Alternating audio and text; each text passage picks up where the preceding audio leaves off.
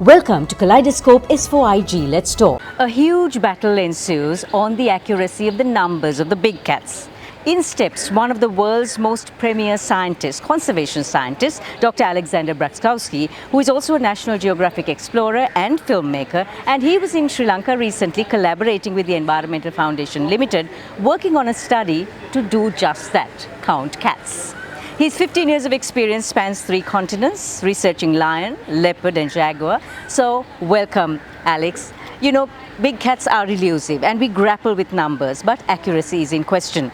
Why count cats? Why is it so important? I guess there's 2 key reasons. The first thing is they are amongst our most prized resources anywhere in the world. You know, there's thousands, if not millions, of lives that rely on the revenue that they generate.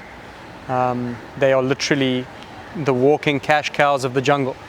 So that's, I think, an incredibly important reason, you know, that we need to keep track of the animals that are important for our national parks and the people that rely on them.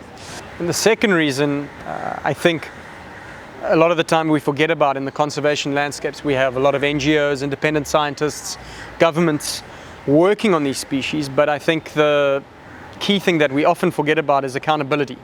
So how are the conservation actions that are targeted at these species, whether it's protecting their habitat, doing some kind of community revenue sharing scheme, compensation for farmers, how are those things affecting the cat numbers on the ground? And most importantly, the accountability also to the people that are funding conservation. So in your studies in Uganda and Sri Lanka, what are the similarities and the dissimilarities that you have found? I think in a Sri Lankan context, the good news that Dinal Samarasinga and the broader scientist team that has been working in places like Wilpattu is that there's actually still quite a lot of cats on the ground. So the research that's been done up in the northwest of Sri Lanka shows that there's actually a lot of leopards left.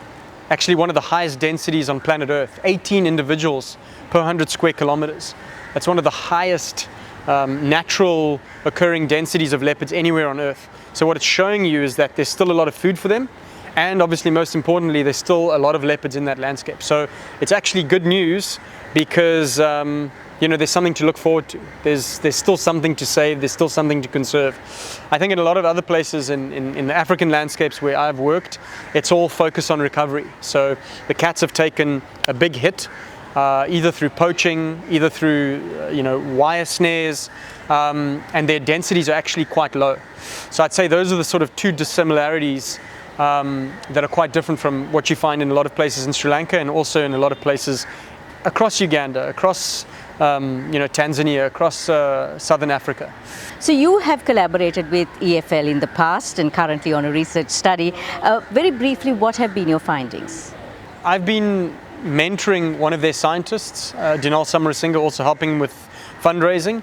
And I think one of the most important findings that he has generated through his big survey in Wilpattu is that there is still a good abundance of leopards in that area, still a very good density of leopards, which is indicative not only of a healthy population of carnivores, but also a prey population that is in a good state. And the most important thing is that is Sri Lanka's largest and oldest protected area system. So it'll be good now to expand into places like Yala and other parts of the island. So in all your work with the big cats, what has been most rewarding for you?